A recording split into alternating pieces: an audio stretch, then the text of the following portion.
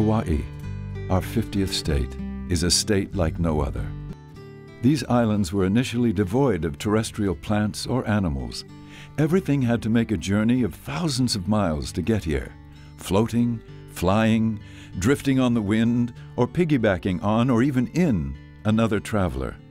This gave rise to a unique assemblage of species. There were no mammals in Hawaii pre-human contact except for a small bat, which is still around. It's the endangered Hawaiian hoary bat. No amphibians made it across the huge, salty expanse of the Pacific. Birds possess the greatest ability to fly the long distances needed to reach Hawaii, and it is birds that stand out as the most conspicuous and diverse animals on the islands. The image of Hawaii as an island paradise of beaches, palm trees, sun, and surf is etched on the minds of nearly everyone. So it is shocking to learn that Hawaii stands as one of the world's most graphic examples of an environmental disaster. Today, Hawaii is a state of many superlatives, but some are alarming. Hawaii can rightly be called the bird extinction capital of the world. No place on Earth has experienced as many extinctions since human settlement. On September 15, 1944, the first wave of LVTs approached the beaches of the island of Peleliu. For the Marines, the Battle of Peleliu is remembered as the bitterest battle of the war. Private First Class Melvin Crothers landed on Peleliu and was wounded on his 12th day of battle. It was on Peleliu, and we were heading up the coast, and we were going to go over and secure this island of Nicosibus. And all of a sudden, all hell broke loose. We got a lot of combat, and I was having them set up the machine gun. And all of a sudden, my leg went to sleep. And I turned around and looked, I no longer had a leg. It was a direct hit by a 64mm artillery shell. Mel was able to take his belt off and use it as a tourniquet until a corpsman arrived. They tried giving him blood, but could not find a vein. He was loaded in the back of a Jeep and then started a painful 5-mile ride on a bumpy dirt road with Japanese bullets bouncing off of the hood. Mel passed out halfway to the first aid station. Then when we got back to the first aid station, I came to again, and I looked up and the chaplain was performing last rites on me. I told him, "Father, you're wasting your time. I'm on my way home."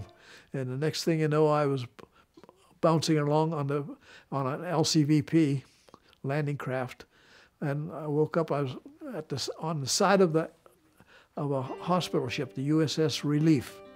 Mel. The possibilities are endless.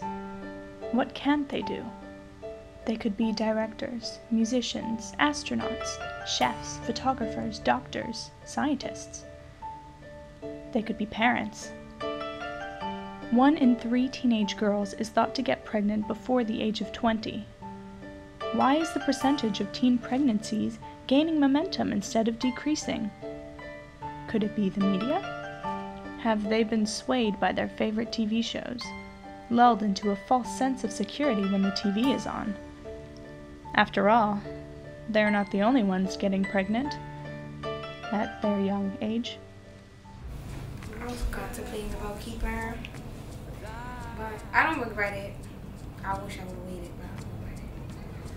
But my mom said she doesn't want me to just abandon the baby or not take responsibility. I understand, but I'm still a teenager. So before I used to be able to go out with my friends. I used to be able to go out and not have to worry about anybody telling me, "Oh, the baby, come back." Now it's like whenever my mom calls me, I have to come home. Don't matter what I'm doing, I have to stop what I'm doing, come home. She tells me nobody told me I shouldn't have a baby, so that's my responsibility. But she gives me breaks sometimes. I mean, I don't regret anything. I wish I had, for school's sake, maybe I'll be going away to college. But at the same time, with my personality, I just don't see me going away to college.